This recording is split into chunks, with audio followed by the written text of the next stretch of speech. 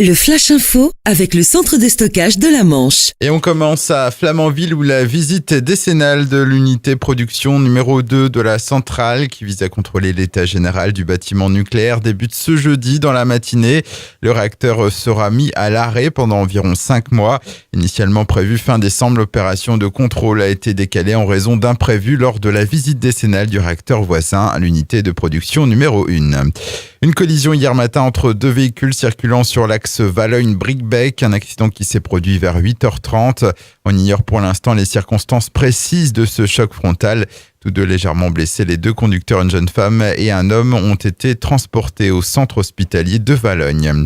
Politique, Fabien Roussel, le numéro 1 du Parti communiste français, est attendu à Cherbourg pour une réunion publique le vendredi 8 février. Elle aura lieu à partir de 18h à la mairie déléguée de Cherbourg-Octeville. Fabien Roussel a été élu à la tête du parti le 25 novembre dernier. Ancien journaliste à l'Humanité, il est député de la 20e circonscription du Nord depuis 2017. Un avis de recherche de la police de Cherbourg pour retrouver l'auteur d'un vol à l'étalage dans le Carrefour City du centre-ville rue Gambetta.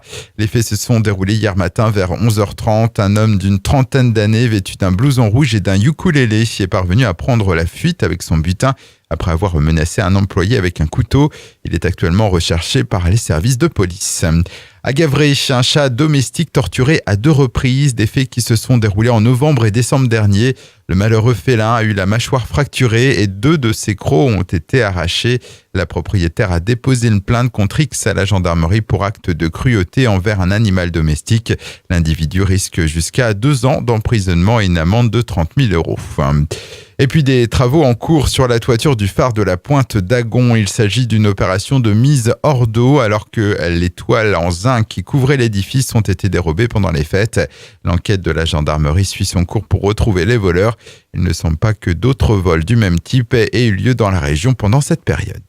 Le Flash Info vous a été présenté par Landra, centre de stockage de la Manche à Digoulville. Pour en savoir plus et visiter notre centre, 0810 120 172, coup d'un appel local.